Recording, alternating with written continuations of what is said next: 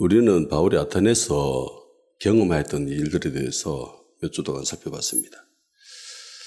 바울이 아테네에서 우상에 가득한 것을 보고 분노했죠. 영이 분노했습니다. 특별히 서구 문화권이 우세한 지역에서는 더 이상 아테네와 같은 그런 도시는 드물죠.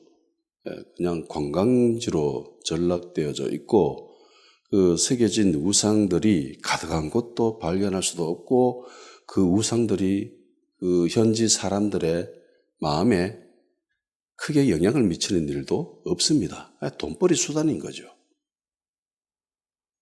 그 당시 사람들의 삶 속에 우상들이 절대적인 영향을 끼쳤던 것 같은 그런 곳은 더 이상 찾아볼 수가 없습니다. 설령 다른 문화권이 있는 그런 곳에는 어느 정도 영향을 미칠 수도 있겠습니다. 예를 들어 동남아나 인도나 이슬람 쪽에 가면은 물론 이슬람은 우상은 없지만은 동남아나 인도나 이런 데 가면은 우상이 참 많죠. 눈에 보이는. 그리고 많은 사람들이 그것을 구경하라고 합니다. 관광이라는 명분 하에. 아직까지 불교나 인도 같은 이런 곳에 가면은 마치 바울이 아테네에서 경험했던 것과 유사한 그런 경험을 할 수 있습니다. 이런 곳에 가면 고대 히랍 사람들이 경험했던 것처럼 우상을 쉽게 찾아볼 수도 있고, 그 우상들이 실제로 현지인들의 삶 속에 어느 정도 개입되어져 있는 것도 찾아볼 수가 있습니다. 만일 그런 곳에 그리스도인들이 가게 된다면 어떨까요? 어떤 마음이 듭니까? 대한민국 사람이라 한 번쯤 해외여행 가잖아요.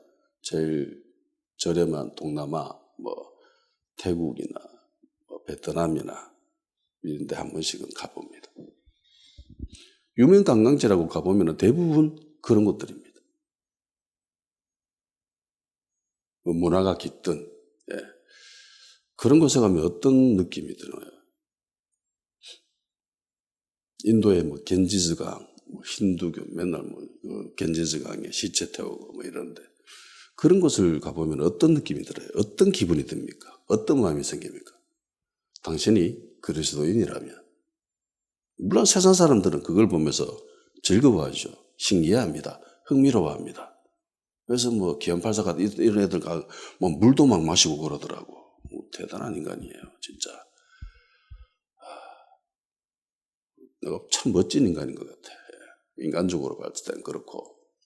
그리스도인이라면 그런 광경을 보고 어떤 느낌이 들어야 할까요?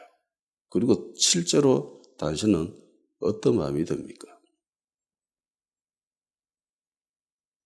세상 사람들처럼 그걸 신기해하고 흥미로워하고 그런 감정으로만 바라봐야 될까요? 아니면 바울처럼 분노해야 될까요? 이런 흔적들은 우리나라에도 있죠. 우리나라에도 있습니다. 우리나라에도 우상이 참 많죠. 고대 한 나라의 수도라는 그런 곳에 가면 특별히 가까운 여기 경주마냥 가도 우상들이 참 많습니다.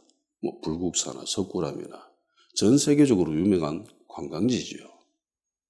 수학여행 때 어릴 때 한 번쯤은 수학여행차 거기를 가봅니다. 왜냐하면 우리나라에는 기독교가 들어온 지 100년 조금 넘었으니까 그 이전에는 다 그런 문화밖에 없는 거예요. 그런 유적들밖에 없습니다. 대구에도 갓바위 있고 동화사 있고 그죠?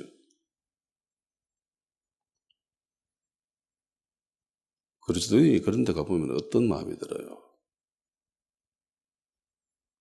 불교 사원, 힌두교 사원, 카마수트라라고 하는 그런 데 가보면 어떤 기분이 듭니까? 당신이 그리스도인이라면.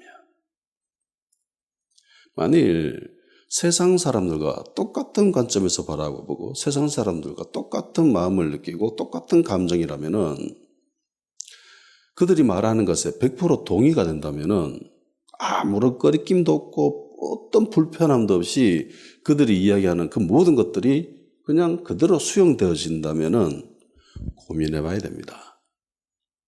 내가 과연 그리스도인인가? 하나님의 자녀가 맞는가? 고민해 봐야 됩니다. 왜냐하면은요, 정상적인 그리스도인이라면 그런 것들을 보고 불편해야 정상입니다. 이게 불편해야 돼요. 교회 다니는 수많은 사람들도 해외여행을 갔을 겁니다. 뭐 동남아나 뭐 인도나 뭐 이런 데 가봤을 거예요. 그런데 가보면은 대부분 우상들 많습니다.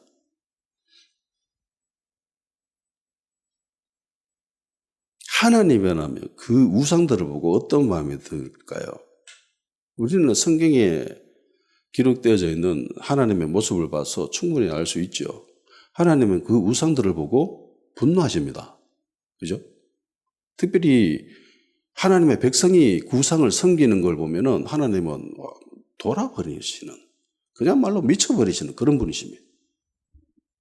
그걸 눈뜨고는 도저히 지켜볼 수 없는 분이 하나님이세요. 하나님은 우상을 향해서 별 관심도 없으시고, 그리고 그 우상들이 하나님의 자녀들에게 어떤 영향을 미치는 것을 보게 되면 분노하십니다. 진노하시죠. 하나님은 우상에 대해서 그런 마음을 가지고 계시는데 우리가 그 우상들을 바라보면서 아무런 느낌이 없다, 뭐 그 정도는 괜찮아요. 그걸 보고 흥미로워하고 재미있어하고 뭐 관심 가진다, 이래서는 절대로 안 되죠. 왜냐하면 그것은 그 사람 안에 하나님의 마음이 없더라는 거죠. 10계명에 나오는 그 1계명, 2계명은 다 우상과 관련되어 있습니다.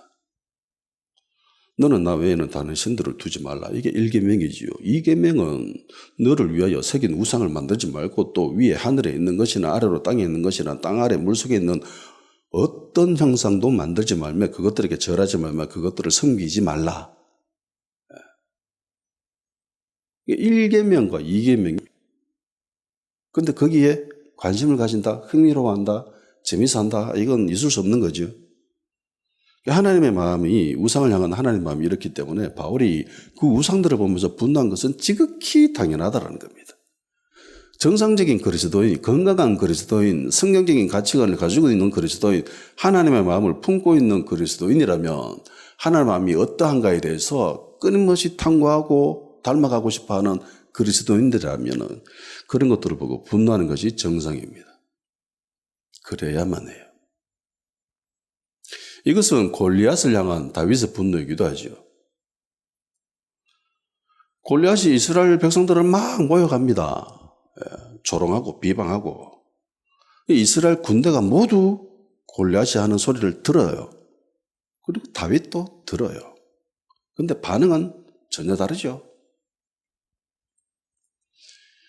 사무엘상 17장 24절, 이스라엘 모든 사람이 그 사람을 보고 심히 두려워하며 그 앞에서 도망하여. 소리를 듣고도 골리앗이 너무 크니까 두려웠대요. 무서웠대요. 자, 그러면 달리 조건을 바꿔봅시다. 만일 골리앗이 쪼맨했으면 이스라엘 백성들이 어떻게 했을까요? 골리앗이 다윗처럼 쪼맨해? 단검을 들고 쪼맨한 게 키 한 160 정도 되는 애가 단검 들고 이렇게 서가지고 막 하나님을 조롱하고 있어요. 그럼 이스라엘 백성들이 그 사람을 보고 뭐라고 했겠습니까? 어떤 행동을 취했겠습니까? 당연히 가만 안 두려고 했겠죠. 무서워하고 도망가는 일은 절대로 없었을 겁니다. 공격했을 거예요. 무너뜨리려고 했습니다. 근데 눈에 보이는 게 너무 커. 그래서 도망치지요. 무서워합니다. 두려워합니다. 근데 다윗은 다르죠. 다윗은 하나님의 주신 이 거룩한 분노를 가지게 됩니다. 주 할례 받지 못한 것이 무슨 소리 하냐 이러면서 내가 이때까지 잡아 죽인 짐승처럼 저희들도 자도 그렇게 만들어 버릴 거다 이러면서 덤비들죠. 그리고 무너뜨립니다. 이러한 거룩한 분노는 성전을 정화시켰던 하나님 예수님의 모습과도 유사합니다. 예수님은 성전에서 매매하는 사람들 그걸 보고 열받으시죠. 이런 모습은요, 예수님이 이렇게 화나신 모습, 폭력적인 모습은 처음이죠. 성경에 기록되어진 예수님의 모습 가운데 이렇게 폭력적이고 물리력을 행사하신 적은 단 한 번도 없습니다.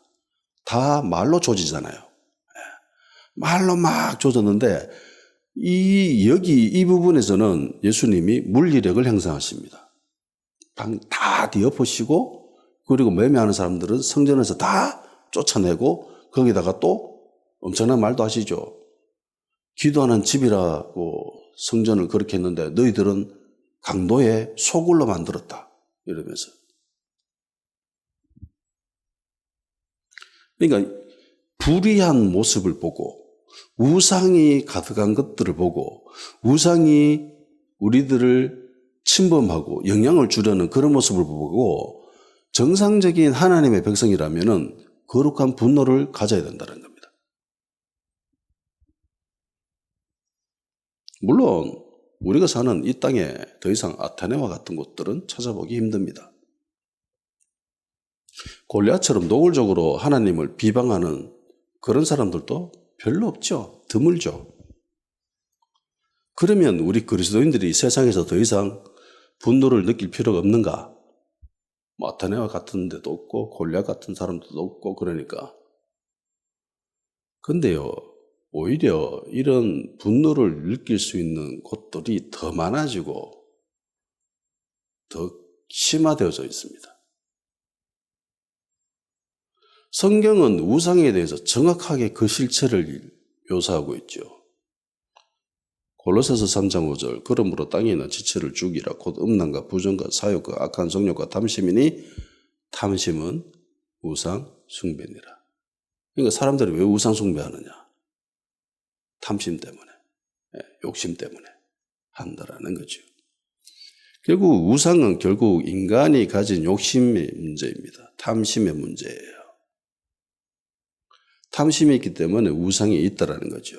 근데 보세요. 현대사회는 우상에 대해서 굉장히 적극적이죠. 호의적입니다. 이렇게 이야기하면 불편할 수 있지만 현대사회는 인간의 탐심을 최대한 허용하는 세상이죠. 자본주의니까. 네가 능력이 되는 한 돈을 마음껏 벌어도 된다라는 것이 자본주의입니다. 그러니까 자본주의의 근간을 이루고 있는 것은요, 인간이 가진 욕심입니다. 인간이 가진 이 욕심이 없다면 자본주의는 무너집니다.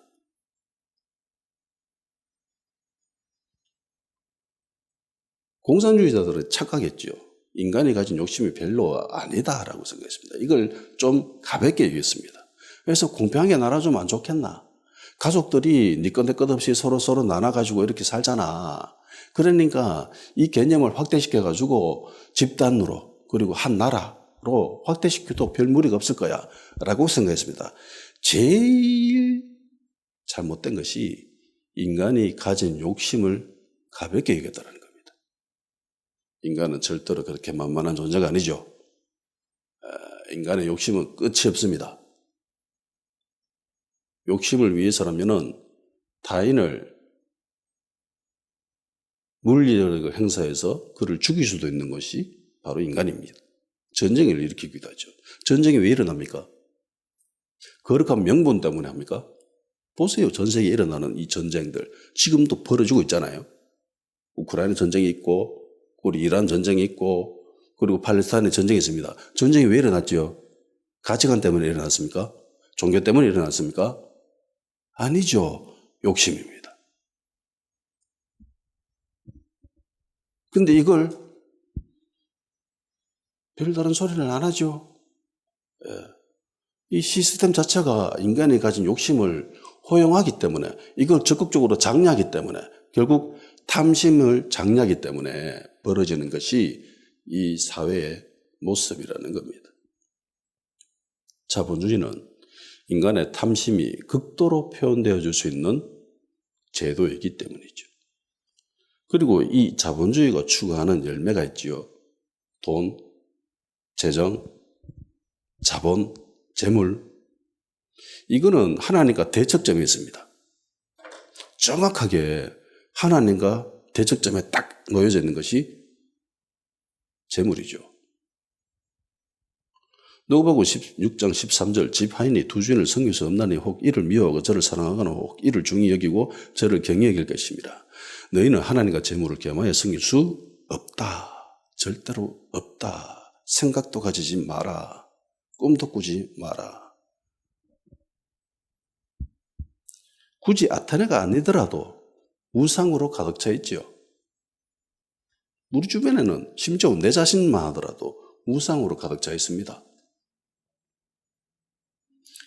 어디에서도 인간의 탐심은 찾아볼 수 있습니다. 화면에 나오는 광고들, 그거 다 나의 욕심을 자극하는 것들이죠. 탐심의 과정, 그리고 탐심으로 인한 그 결과, 열매들, 그 모든 것들이 너무나 쉽게 찾아볼 수 있는 것이 현대사회의 모습입니다. 이건 교회 안에서도 그렇고 그리스도인이라는 주님의 사람이라고 하는 성도들의 모습에서도 너무나 쉽게 찾아볼 수 있고 나 역시 그 모습을 보이기도 하고 간혹 뉴스나 이런 데 보면은 교회와 목사, 성도들이 이런 모습 때문에 나타나기도 하죠. 나올 때가 있습니다. 돈 밝히는 목사, 돈 밝히는 교회, 탐심으로 인해서 법을 어기고 교회의 세력을 키워가려고 하는 그런 사람들, 그런 성도들 너무나 쉽게 찾아볼 수 있습니다. 그런 사람들을 보면서 그런 모습을 보면서 만일 당신이 정상적인 그리스도인이라면 어떻게 된다고요? 분노를 가져야 된다는 겁니다. 그걸 보고 그렇지 라고 한다면은 그거는 하나님의 마음이 아니라는 거고 하나님의 마음을 가지지 못했다라는 겁니다. 그래서 아테네는 우리 주변에 많습니다.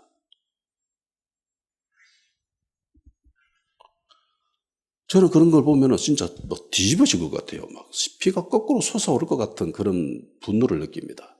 막 짜증나고 막. 근데 어떻게 할 수는 없고, 그냥 탄식하고, 주님 찾고 그 정도죠. 예. 거룩한 분노를 느끼게 됩니다. 만일에 이 거룩한 분노를 느꼈다면 어떻게 처리를 해야 되는가, 이 분노를. 결론은 하나님의 자녀라면 이 분노를 느껴야 된다. 불의한 모습, 우상의 모습을 보면서 분노를 느껴야 된다라고 결론에 도달했습니다. 다윗처럼 예수님처럼 분노를 꺼리낌 없이 표현하는데 주저함이 없어야 될까요? 우상이 있어. 그럼 우상을 깨부셔야 될까요? 갓바위 있어. 갓바위 가가지고 갓바위 그 머리에 있는 부처머리 위에 있는 그 갓을 때려 부수고 우상들이라고 그 부처를 깨부셔야 될까요? 실제로 저쪽에 중동의 IS들은 IS에서 이렇게 한동안 시리아에서 막 활동할 때 시리아에는 유명한 유적들이 굉장히 많습니다. 고대 로마, 그리스 시대에 세워져 있던 그런 신전들이 굉장히 많아요. 그 다 깨부셨습니다. 걔네들이. 왜? 이슬람도 우상을 허용하지 않죠. 기독교보다 더 심하잖아요. 걔들은. 우리는 우리 합동책에는 십자가도 허용하지 않지만 강당에 통합책에는 십자가 걸어놓은 것 좀 허용합니다. 예, 이 정도는 우상이 아니다 이러면서. 근데 이슬람은 그런 것도 절대로 허용하지 않죠. 예, 기독교는 성화라고 해가지고 그런 것들이 존재하지만 이슬람은 그런 것도 전혀 없습니다. 해서 모스크 안에 들어가 보면은 이슬람 사원 안에 들어가 보면은 안에 장식은 해야 되겠고, 근데 그림이나 새겨진 이런 것들은 절대로 하면 안 되고, 땅에 있는 것들이나 땅 아래에 있는 것들이나 물속에 있는 것들이나 그 어떤 것도 형상을 새기지 말라고 했으니까. 그래서 얘들이 어떻게 장식했죠? 다 추상적으로 표현해 놨습니다. 세모 그리고 네모 그리고 동그라미 그리고 다 그런 것밖에 없어요. 그러니까 더 철저해요. 그래서 이들이 점령한 지역에 있는 모든 유적들을 다 파괴시켜버렸습니다. 이슬람이 한때 중국 저 서역지방 쪽으로 진출했었던 적이 있습니다. 거기 보면은 막 어마어마한 크기의 불상들이 있어요. 이슬람 애들이 가가지고 그거 다 깨부셨습니다. 얼굴 다 깨부시고 막. 그래서 가보면은 얼굴이 없어요. 불상이. 엄청나게 큰 불상들이 있는데 얼굴이 없어. 왜? 몇백 년 전에 이슬람이 그 쳐들어와가지고 보니까 우상이 있어. 이 우상이 그 있으면 안 되지. 다 깨부셨습니다. 우리도 그래야 됩니까?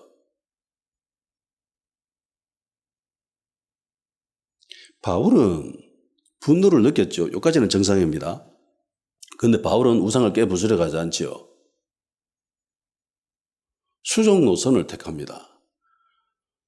바울이 선택한 노선은요, 우상을 부수려 하지 않고 사람들에게 복음을 전합니다. 왜냐하면 우상을 허물어뜨리는 것이 아무런 도움이 되지 않는다는 것을 알고 있기 때문입니다. 우상을 깨부수면은요, 오히려 부작용이 더 심해집니다. 기독교에 대해서 굉장히 공격적으로 대응하겠지요. 비호감을 가질 겁니다. 복음을 전하는데 예수님을 그들에게 심어주는데 아무런 도움이 안 되고 오히려 방해가 되죠. 적대적인 감정만 키우게 되기 때문에 이거를 너무나 잘 알았기 때문에 바울은 우상을 건드리지는 않아요. 사람을 건드리죠. 왜냐하면 우상을 왜 섬긴다고요? 사람의 마음 때문이잖아요.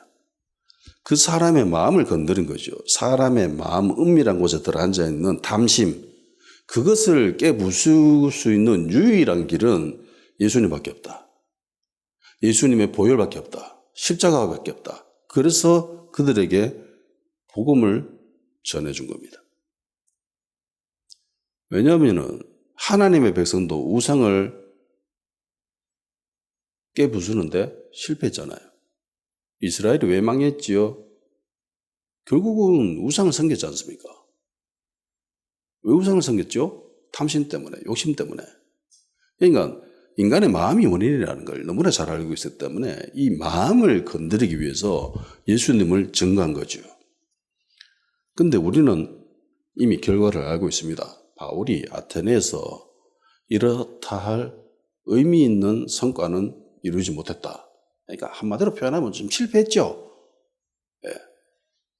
이렇게 얘기하면 좀 불편해하는 사람들도 있지만은 뭐 어쨌든 어쩔 수 없습니다. 왜냐하면 바울의 이후의 모습을 보면은 고린도에서 바울의 모습이 굉장히 비참하잖아요. 완전 절망에 빠져 있습니다.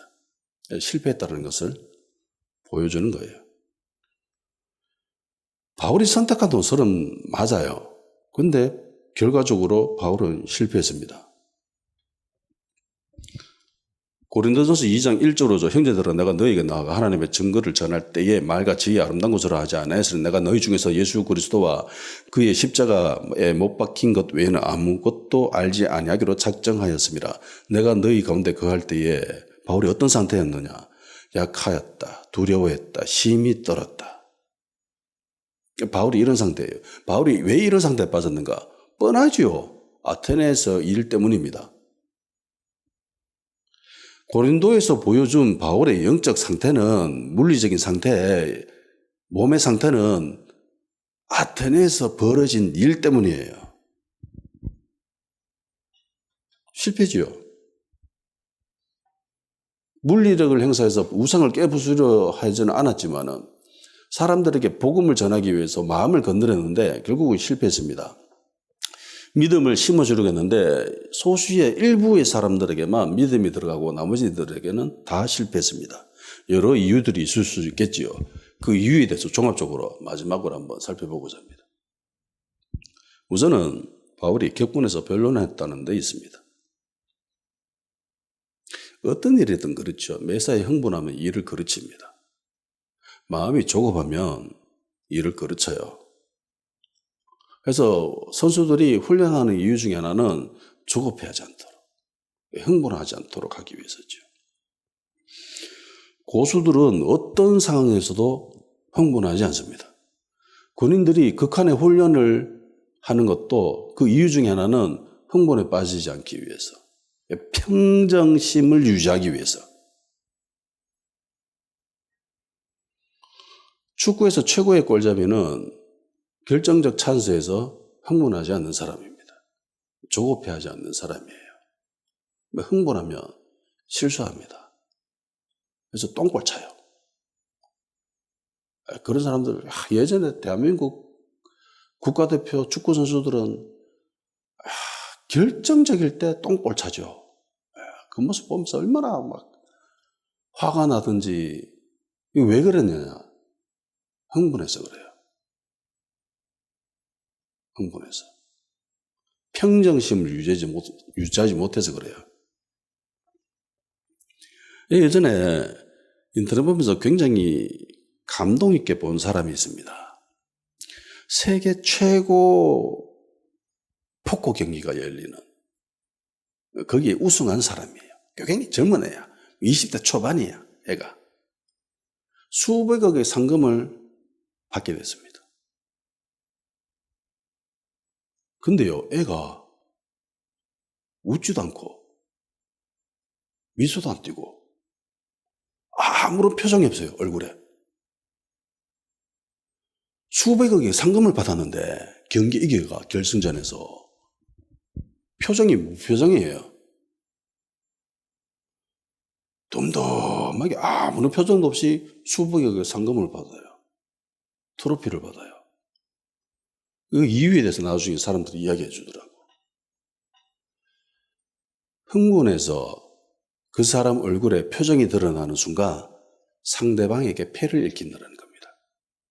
그러니까 하수들은 내 손에 패가 좋은 게 들어오면은 얼굴에 표정이 드러난답니다. 프로들은 그걸 캐치한답니다. 아주 미세한 것이지만은, 찰나의 것이지만은 그것이 얼굴에 드러난대요. 그걸 캐치해서 배팅을 한다는 거죠.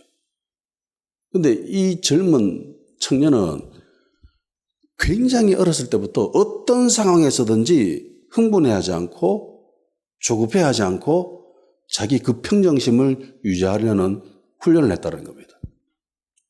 그래서 수백억의 상금을 받는데도 얼굴 표정 하나 안 바뀌어요. 상대방이 경기를 임할 때에 저 사람이 어떤 패를 짓는지 알 수가 없는 거죠.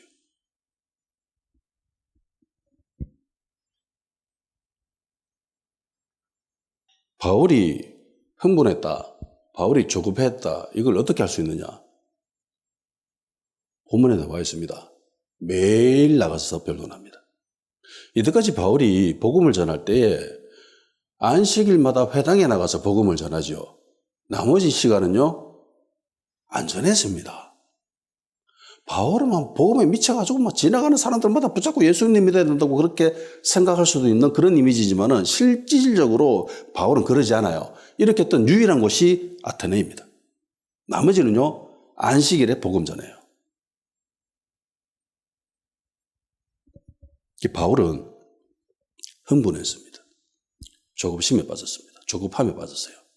우상이 너무 많은 걸 보고, 이걸 보고 마음이 흥분하고 조급심에 빠져가지고 매일 밖에 나가서 복음을 전한, 그것도 믿는 사람들도 아닌 대다수 불특정인을 대상으로. 차분했다면, 평정심을 유지했다면 절대로 이렇게 되어질 수 없습니다. 이게 굉장히 힘든 일이거든요. 불특정 대다수를 상대로 매일 설교한다. 이게 쉬운 게 아니에요. 굉장히 힘든 일입니다. 누군가의 도움이 필요한 일이에요. 근데 이걸 혼자 하잖아요. 왜? 조급하니까. 흥분하니까.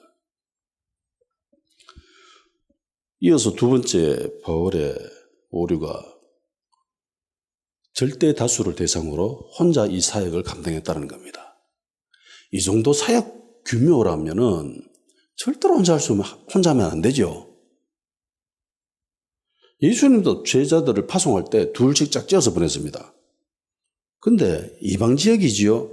문화권도 다릅니다. 주로 쓰는 언어도 달라요. 유대에서는 아람어를 썼고 여기는 헬라어를 써야 돼요. 자기 모국어도 아니고. 게다가 여기는 우상이 정말 가득 들어차 있는 곳이잖아요.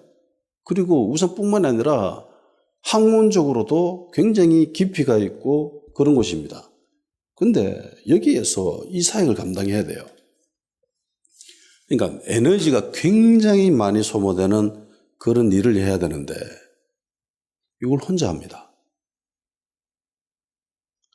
영적인 에너지를 충분히 비축하고 있는 상태에서도 쉽게 감당할 수 없는 그런 일들입니다. 그런데 바울이 지금 베레에서 도망쳐 왔잖아요.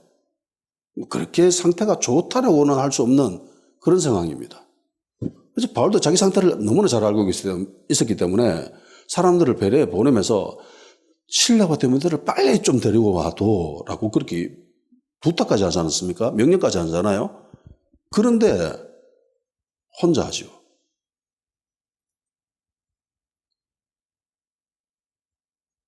이 정도 규모 사역을 하려면은 무대 아래에서 기도해 주는 사람들이 반드시 필요합니다. 그런데 그것도 없죠. 기도해 주는 사람이 있을 수가 없죠. 혼자 있으니까. 바울은 왜 이렇게 했느냐? 변론으로 가능하다라고 생각한 거죠. 변론이라면 나의 이 설교라면 충분히 가능할 거야 라는 생각을 했습니다. 생각해 보십시오. 데살로니가부터 사람들이 바울을 잡아 죽이려고 막 쫓아다니죠. 주 타겟은 실라가 디모데가 아니죠. 바울입니다. 왜 바울을 잡으려고 했어요? 설교하는 사람이 바울이니까. 그렇다면 나머지 실라가 디모데는 뭘 했을까요? 무대 아래 있겠죠. 사역팀이 움직이더라도 사람들에게 복음을 전하는 사람은 한 명이어야 됩니다. 그렇잖아요. 여기 지금 설교하고 있는데 3명이 올라와가지고 같이 한꺼번에 설교하고 있다면 이게 말이 돼요? 소음이죠, 그거는. 사역팀이 움직이지만은 실질적으로 그 사역팀에서 무대 위에 서 있는 사람은 한 사람이어야 합니다. 나머지 사람들은 그 무대가 존재할 수 있게끔 무대에서 원활하게 진행되어 줄 수 있게끔 협조하는 사람들이죠. 도움을 주는 사람들입니다. 그렇기 때문에 공격하는 사람들 입장에서 실라와 디모데는 2순위인 거예요.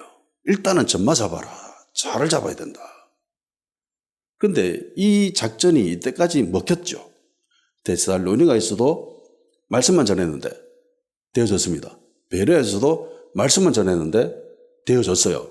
그러니까 바울은 생각했겠죠. 아테네에서도 된다.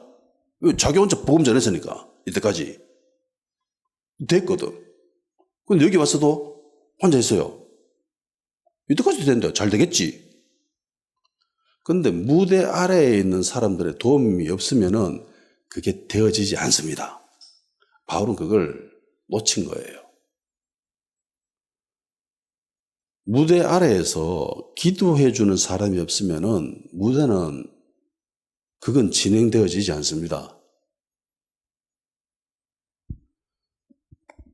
무대가 있을 수 있도록 도와주는 사람이 없으면 무대는 절대로 존재할 수가 없습니다. 그건 진행되어지지 않아요.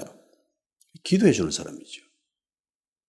기도해 주는 사람이 없으면요, 하나님의 역사는 일어나지 않습니다. 기도를 하면 하나님이 일하시죠. 하나님이 일하시면 이적과 기적이 나타납니다. 그러니까 매개체가 전혀 없던 사람들도 연결되어집니다. 접촉점이 전혀 없던 사람들이 기도를 하면 하나님이 일하시고 접촉점이 생깁니다. 그래서 불꽃이 일어나죠. 이것들이 가장 극단적으로 잡혀되어진 것이 빌립보에서 일어났던 일입니다. 감옥에서. 간수하고 바울이 무슨 상관이 있습니까? 매개체가 있겠어요? 접촉점이 있었겠습니까? 전혀 없죠. 그런데 기도하니까 이런 것들이 막 생겨나죠. 왜? 하나님이 일하시니까.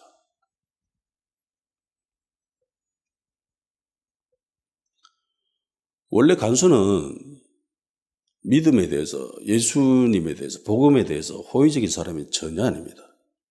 원래 간부들이 얘들을 감옥에 감옥에 넣어라라고 이렇게 했는데 간수가 생각해가지고 감옥 제일 깊은 곳에다가 가다 놓은 거예요. 감옥 제일 깊은 곳에 가둔 것은 간수입니다. 간수의 생각이에요. 그러면 이 간수는 바울에 대해서 호의적이에요? 아니면 적대적이에요? 적대적이죠.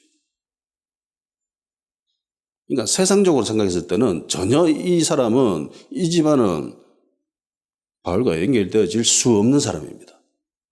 그런데 거기에서 기도를 하잖아요. 기도를 하니까 어떤 일이 납니까? 온 집안이 예수님을 믿게 되죠.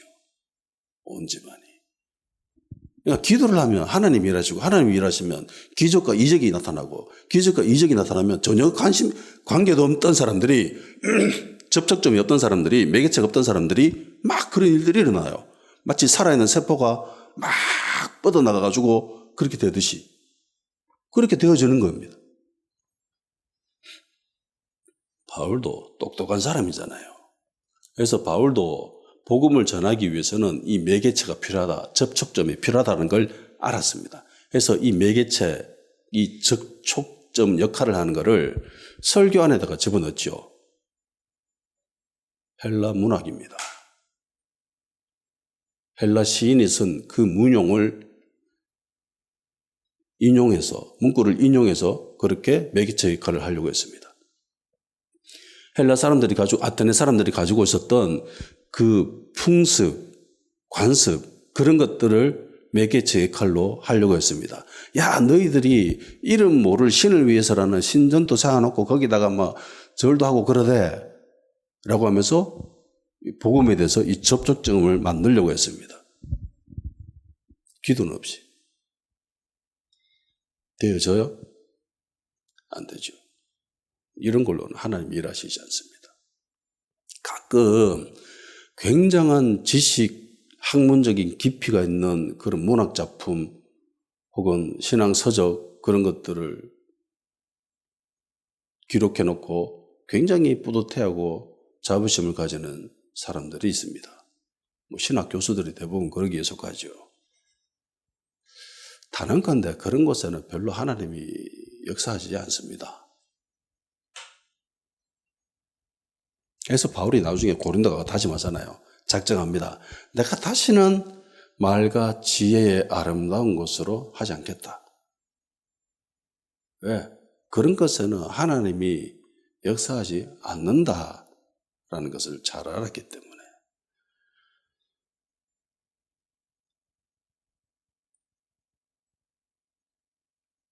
오직 예수 그리스도와 피 묻은 십자가만을 드러낼 때에 하나님이 일하시기 때문입니다. 성령님이 일하시기 때문에요. 이 조건에서 하나님이 나타나십니다. 그리고 세 번째 바울의 착오가 나옵니다. 철학적으로 변론했다는 겁니다. 철학적인 설교를 했다는 거예요. 바울의 설교를 보면 굉장히 철학적이고 변론적입니다. 이걸로 통해서 예수님을 소개하죠. 복음을 소개합니다. 잘못된 설교는 아닙니다. 많은 사람들은 바울의 설교에 대해서 굉장히 모범적인 설교다라고도 이야기하는 사람들이 있습니다. 철학적이고 이성적인 변론을 통해서 예수님을, 복음을 소개합니다. 그러니까 바울이 왜 이런 작업을 했는가? 이렇게 해서 믿음의 영역에 도달할 수 있다라고 생각한 거죠. 이 작업으로 통해서 내가 전하는 이 복음, 이 변론적인 과정, 철학적인 전개를 통해서 충분히 예수님을 믿을 수 있겠다라고 생각을 했기 때문에 복음을 전합니다. 그런데 바울의 이런 시도는 아테네에서의 실패를 맛보고 철저히 박살나죠. 다시는 안 하겠다라고 합니다.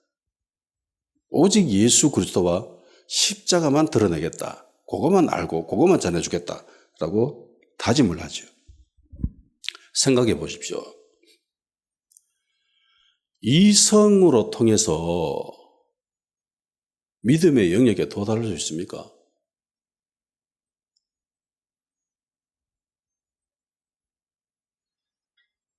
어떤 이들은 이게 어느 정도 가능하다고 생각했습니다. 그러니까 학문적인 것들로 통해서 충분히 하나님을 알 수도 있고 믿음의 영역에 도달할 수 있다라고 생각했던 사람들이 있어요. 지금도 있고요.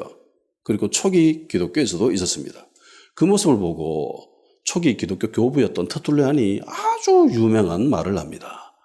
이거 신학 공부한 사람들은 다 아는 소리예요. 예루살렘과 아테네가 무슨 상관이 있냐. 예루살렘은 믿음이지요. 신앙입니다. 그리고 아테네는 철학이지요. 이성이지요. 학문입니다. 이게 무슨 상관이 있는데? 왜 너희들은 자꾸 세상의 학문을 끌어가가지고 신학적인 체계를 세우려고 하고, 초기 기독교의 모습을 보면 그런 모습이 굉장히 많이 나오거든요. 세상의 학문을 가져와가지고 어떤 체계를 만들려고 했던 그런 시도들이 굉장히 많았습니다. 그래서 이게 다 쓸데없는 짓이다. 이거 왜 이렇게 하는데? 아무런 상관이 없다.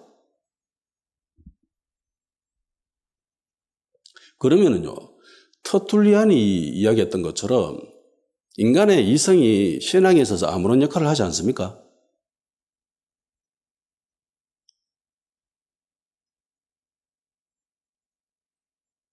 그것도 아니죠. 잘 생각해 보세요. 주일날 교회에서 선포되어지는 대부분의 설교는요, 인간의 이성을 기본으로 합니다. 인간이 이성이 없다면은 설교의 필요성이 사라지죠. 설교에서 많은 부분을 차지하는 게 설득이죠. 깨달음입니다. 네 때까지 이걸 알지 못했지, 이걸 깨닫게 해주고 새로운 지식을 가르쳐주고, 이것뿐만이 아니라 어떤 것들을 설득시켜주는 그런 작업을 굉장히 많이 합니다. 목사님들이. 왜 그렇게 해요? 인간의 이성을 기본으로 전제하고 있기 때문이에요. 인간의 이성으로 충분히 설득되어지고, 설득되어지면 그 사람이 그렇게 행동할 수 있겠다라고 생각하기 때문에 그런 과정을 진행하는 겁니다. 만일에 인간의 이성이 신앙에 있어서 별 도움이 안 된다 이러면은 주일 학교에서 공과 공부를 왜 해요? 공과 공부 보세요. 대부분 설득하는 겁니다. 성경 공부 대부분 설득하는 거죠. 그러니까 신앙에 있어서 인간의 이성, 철학적인 그런 체계는 굉장히 큰 역할을 합니다. 근데 기독교에서 기둥 같은 진리들, 근간을 이루고 있는 굉장히 굵직굵직한 줄기들은요, 대부분 우리가 가진 이성에 반합니다. 처녀가 잉태했다. 이게 이해가 돼야 설득되어집니까? 독생자 예수, 삼위일체, 무리를 걸었다. 이거 근간을 이루는 진리는 아니지만 십자가로 인해서 죄가 소멸되어졌다. 예수님이 죽었는데 부활했다.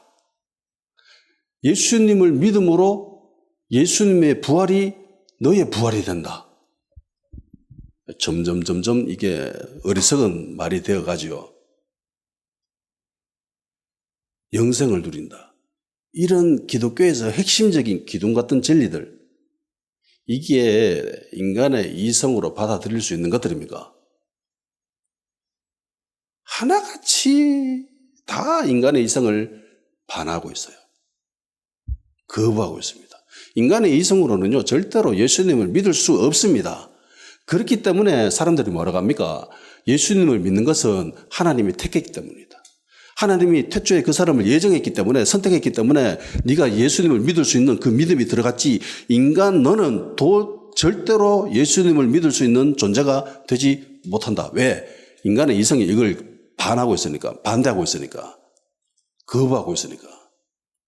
그러니까 제대로 된 인간이라면, 이성을 가진 제대로 된 인간이라면 복음을 거부하는 것이 이게 자연스러워요. 그러니까 예수 믿는 여러분들이나 내 같은 사람들이 세상에서 보면은 이상한 사람들이에요. 미친 사람들이고 주는 말도 안 되는 걸 믿고 있다. 그게 맞잖아. 그죠? 제가 생각해도 예수님을 믿는 게 이게 이상한 일이에요. 바울도 이걸 알았기 때문에 이게 헬라인들에게는 어리석게 보인다는 거야. 지혜를 추구하고 철학적인 사고를 가지고 있는 그 헬라인들이 봤을 때 이 복음은 굉장히 어리석어 보이고 미련하게 보인다는 거죠.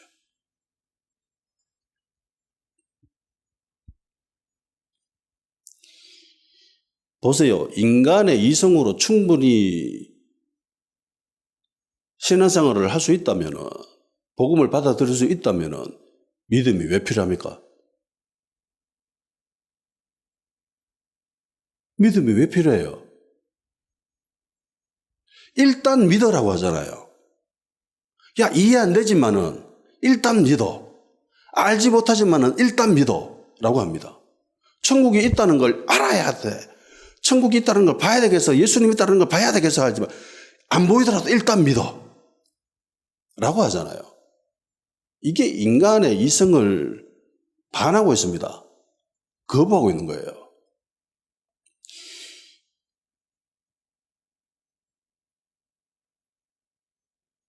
핵심적인 진리들은 이성으로 도달할 수 없습니다.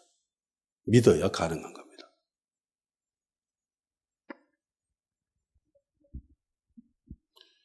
이런 진리들이 머리로 이해 안 되어지고 설득되어지지 않고 합리적이고 이성적인 것들로 도저히 되어질 수 없기 때문에 믿으라는 거죠. 믿어라. 믿으면 그것들이 이해되어지는 겁니다. 믿고 나면 그게 설득되어져요. 그러니까 그리스도인들에게 이성이라고 하는 것은 믿음 이후에 중요한 역할을 합니다. 그렇죠? 성경 공부하고 성경을 보고 연구하고 설교 듣고 하는 이 모든 것들이 믿음이 있고 난 뒤에 일어나는 이성의 역할을 강조하는 것들이죠. 논쟁과 변론으로 하나님을 받아들여지고 예수님을 믿을 수 있다면은 세상에 똑똑한 사람들이 예수님을 믿어야 되겠죠. 걔들이 가장 똑똑하고 합리적이고 이성을 잘 활용하기 때문에. 그런데 오히려 세상에 잘난 사람들이 예수님을 안 믿습니다. 하나님을 대적합니다. 세상에 똑똑한 사람들이 대체적으로 기독교에 대해서 비판적입니다. 주님을 안 믿어요. 바울은 변론으로 믿음의 영역에 도달할 수 있다라고 생각했습니다.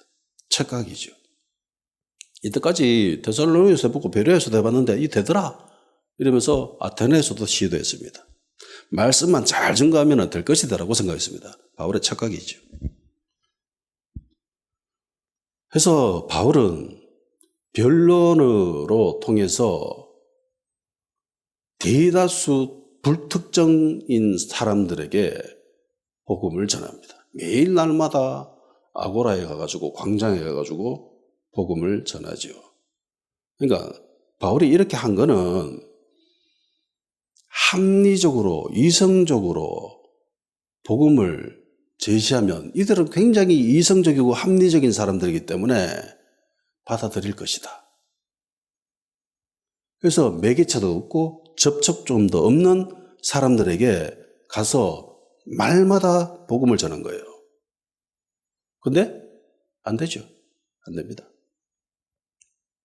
바울이 아테네에서 어느 정도 성공적인 모습을 보이려고 했으면요, 일단은 실라와 디모데를 기다려야 됐고, 그거 안 되면 혼자서 하고 싶다면은 회당에서 안식일에 복음을 전해야 했습니다.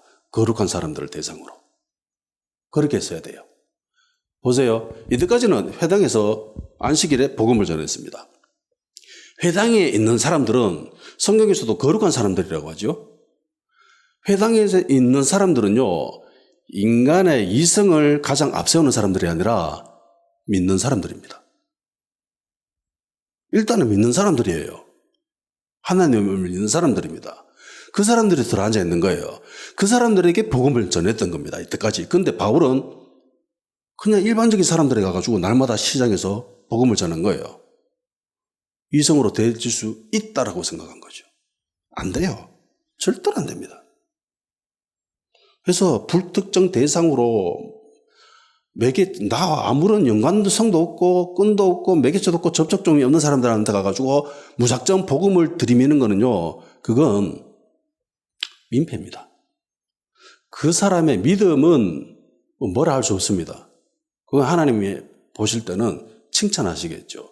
저도 그 사람이 가진 그 믿음이나 신앙적인 부분에서는 대단하다 인정해주고 싶습니다. 그렇지만은 이런 관점에서 봤을 때 저건 솔직히 민폐예요. 바울도 안 그러잖아요. 아테네에서 한번 하고 난 뒤부터는 절대로 안 합니다. 복음을 전할 수 있는 상황에서만 전하죠. 복음에 미쳤다라고 생각하는 바울이지만은 바울은 무작정 아무데나 만나는 사람들에게만 다 복음 전하는 게 아니에요. 이거 하고 난 뒤에 실패해서 답실 안 하잖아.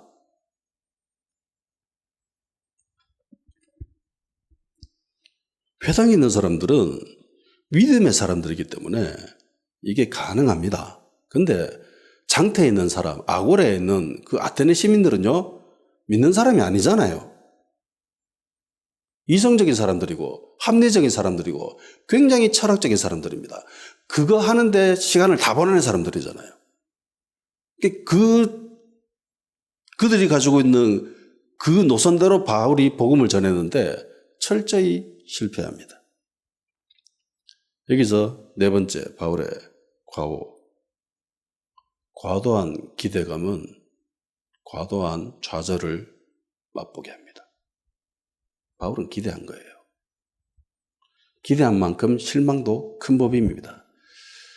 솔직히 32절의 이 모습을 보면은 지난 시간에도 소개했다시피 어느 정도 예상되어지는 거 아닙니까? 복음 전했을 때에 대다수 사람들은 조롱하고 비판하고 그런 게 정상이잖아요. 이때까지 그랬었고 몇몇 사람들은 조금 호의적인 모습을 보입니다. 다시 한번 들어볼게. 이것도 어느 정도 긍정적인 모습이고 그리고 아예 열매가 없었냐? 그것도 아니죠. 나와 있잖아요. 몇 명 사람들이 예수님 믿었다고. 한 4명 이상은 예수님을 믿고 바울을 따라다녀요. 이 정도면은 괜찮잖아요. 설교 한 번에 사람 한 4명 정도 신자가 생기면 괜찮잖아. 그럴만 하잖아요. 근데 이후에 고린도에 도착한 바울의 모습, 바울이 자기 자신을 소개하는 모습을 보면은 엄청난 절망감에 빠져 있는 것을 봅니다. 좌절을 맛본 것을 보게 됩니다. 왜? 기대했거든요. 근데 기대만큼 열매가 안 나와. 그러니까 실망하죠. 좌절합니다. 실족합니다. 떠나버립니다. 바울이 아테네를 떠난 것은 바울이 기대한 모습이 안 나왔기 때문이지요. 아테네 대다수 사람들은 복음과 부활에 대해서 조롱했습니다. 일부 사람들은 다시 듣겠다라고 했죠. 근데 이 다시 듣겠다는 것이 다시 들어보고 믿겠다라는 소리는 아닙니다. 이때까지 말쟁이들이 아테네에서 와가지고 이런 철학적인 이야기, 어떤 체계에 대한 그런 것들을 이야기할 때에 관심 가지고 시간을 써가면서 듣고 대화하고 토론하고 했던 그런 것처럼 그런 것들 중에 하나라고 본 거죠.